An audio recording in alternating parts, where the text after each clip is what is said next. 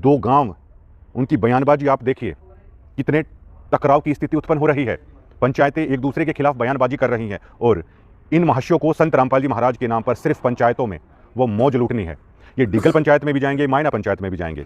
इसमें मान लीजिए अगर एक पक्ष को सजा हो जाती है, जिस पक्ष को सजा हो जाती है, क्या उसके मन में ये नहीं आएंगे कि ये देखिए ये अच्छे हैं? ये तो भैया वो लोग हो गए कि चित भी इनकी है, पट भी इनकी है। उस शख्स को आप क्या कहेंगे? दो पक्षों की लड़ाई है, जो इधर भी आके कहता है भाई मैं तेरे साथ हूं, उधर भी आके कहता है भाई मैं तेरे साथ हूं। उस शख्स को आप क्या कहेंगे? क्या वो किसी का वफादार है? फिर इस मामले में इन महाशयों की तरफ से यही कहने की कोशिश की गई है। अब ये लोग कह रहे हैं कि पंचायत में वो निजी तौर पर गए हैं। अब वो पंचायत में जाना उनका निजी फैसला है, तो जो आप वीडियो में कह रहे हो, क्या ये कहना संत रामपाल जी महाराज का फैसला है?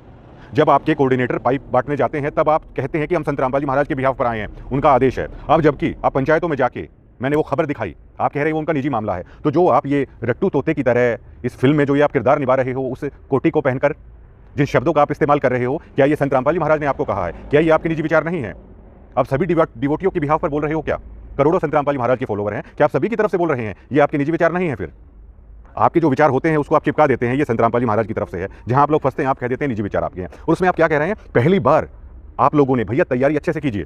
जब आप अरविंद शर्मा का जो कार्यक्रम था रोहतक की परशुराम रैली में आप गए, मुझे कोई दिक्कत नहीं है, आप गलबैयां बढ़ाइए नेताओं के साथ, जाइए उनकी रैलियों में, मुझे कोई दिक्कत नहीं है। लेकिन उस चीज़ को आपने किस कदर छुपाने की कोशिश की थी? नहीं इस तरीके से है। मैंने उस दरमियान सतलोक आश्रम के अंदर धनाना में मैंने वो इंटरव्यू लिया था। आपके जो पदाधिकारी हैं, मेरे चैनल पर वो इंटरव्यू है, उसमें मना कर रहे हैं जी हमारा तो कोई ऐसे ही चला गया होगा। इसमें पहली बार आपने गलती से एक्सेप्ट कर लिया कि हमारे पास न्योता आया था, निमंत्रण आया था। ऑफिशियली पहली बार आप लोगों ने एक्सेप्ट किया है कि आप लोग राजनीति रैली में न्योतों पर जाते हैं। कल को दीपेंद्र हुड्डा को न्योता देते हैं तो ठोकिएगा उनकी रैलियों को। कल को कोई विधायक आपको न्योता देता है तो ठोकिएगा उनकी रैलियों को।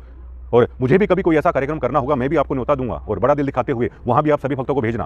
क्योंकि अब आप लोगों का काम है, आपको कोई न्योता दे राजनीतिक आदमी, भर भर के उनकी रैलियों को आप खचाखच भर दीजिए।